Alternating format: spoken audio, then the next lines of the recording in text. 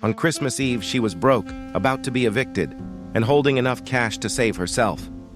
But one choice would cost her everything. The man who'd been sitting in the booth was like a ghost. He came and went without a word, a permanent scowl carved on his face. He was older, wearing a suit that probably cost more than her car, and he'd treated her with a strange, cold indifference, like she was just part of the furniture. He ordered a black coffee, stared out at the first few snowflakes, and paid with a crisp $100 bill, telling her to keep the change without even making eye contact. It should have felt generous, but it just felt dismissive. Now, holding his wallet, her heart was pounding. Her fingers were trembling when she opened it. Inside, a driver's license showed the man's face. Arthur Sterling, looking just as cold and severe in the tiny photo. And right under it was a stack of $100 bills, a thick, impossible stack. She didn't bother counting it. She knew it was more money than she'd ever seen in one place. It was a lifeline. It was a way out. The only sounds in the diner were the hum of the old fridge and the wind picking up outside, whispering tempting thoughts in her ear. Her mind raced. She pictured her landlord's smug face if she could just slap a wad of cash into his hand. She imagined waking up in her own small apartment on Christmas morning, warm and safe, instead of shivering in a shelter. The money was right there. It was an honest mistake by some rich guy who probably wouldn't miss it for a day. And he'd been so cold, so dismissive. Did he really deserve to get it back? The thought was bitter, born from the desperation that had been shadowing her for months. Sarah clutched the wallet and walked back to the tiny staff room, her legs shaky. She pulled the eviction notice out of her pocket. Its cruel words stared back at her, a complete opposite of the small fortune she held in her other hand. One was the end of her world, the other was a miracle. The fight inside her head was a storm, just like the blizzard now raging outside. Keeping it felt like a betrayal of everything her grandma had taught her. But returning it? That felt like giving up her only chance to survive. She looked at the wallet again. She had to find a way to return it, even if it was just to quiet the screaming in her own head. She flipped past the cash and the shiny credit cards, searching for a business card or a phone number. And then she saw it. Tucked into a hidden, worn-out sleeve wasn't another card, but a small, faded photograph. It was old, the corners softened by time. It showed a little girl with bright eyes and a missing front tooth sitting on Mr. Sterling's lap.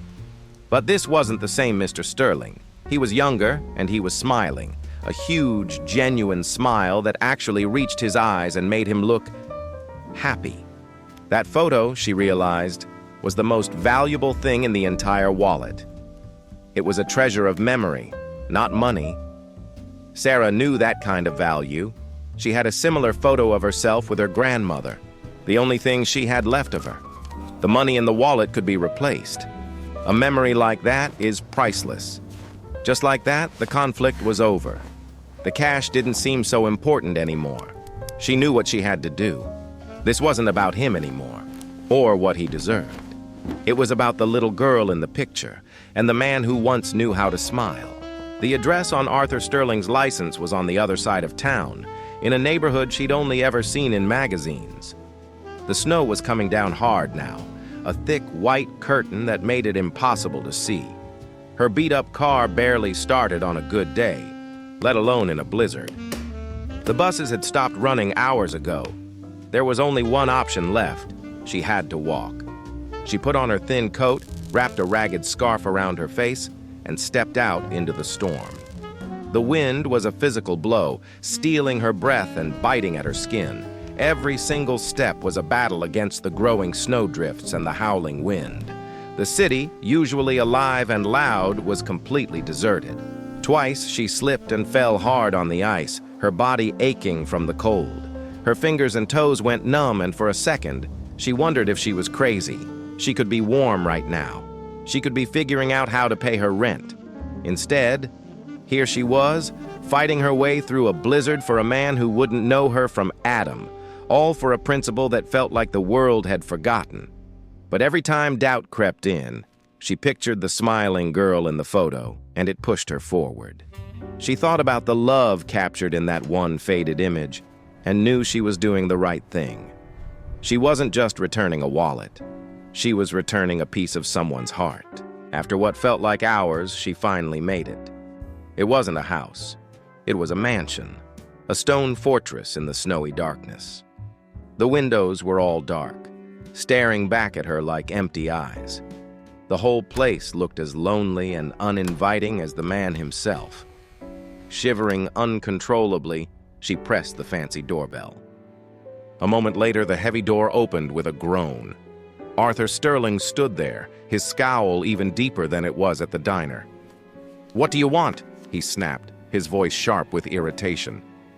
"Sir, Mr. Sterling," Sarah stammered, the words catching in her throat. She held out the wallet. You left this at the diner." He snatched it from her without a word of thanks. The first thing he did was flip it open and check the cash, his fingers flying as he counted it. Sarah's heart sank.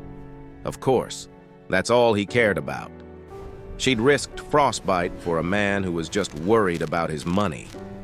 She turned to walk away, feeling a chill inside her that was colder than the storm.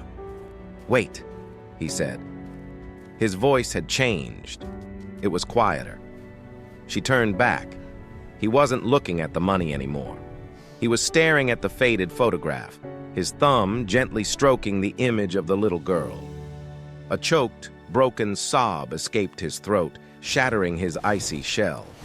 Tears started rolling down his weathered cheeks. "This was my daughter," he whispered, his voice thick with an emotion she never thought he could possess. "She passed away years ago. This is the last picture I have of her smiling." He finally looked up at Sarah, and for the first time he really saw her. He saw her chapped lips, her red nose, her shivering body. He saw the goodness that had pushed her through a blizzard to return something she desperately needed. The money, I wouldn't have even noticed it was gone. But this, he clutched the photo. This is everything. Christmas morning came, and Sarah woke up on her friend's lumpy couch with the eviction notice hanging over her head. A sharp knock on the door made her jump. It was a woman in a business suit, holding a briefcase. She introduced herself as Mr. Sterling's attorney. Sarah's stomach dropped. She was sure she was in some kind of trouble, but the woman smiled. "Mr. Sterling was very moved by your honesty," she said. "He asked me to deliver your Christmas present." She opened the briefcase and handed Sarah a set of documents. It wasn't cash. It was the deed to her apartment building, her building. Mr. Sterling had bought the entire complex overnight. The document said that her apartment was now hers, rent-free for life. On top of that, the other units were going to be renovated and turned into safe, affordable housing for families in need, all managed by a new fund in his daughter's name.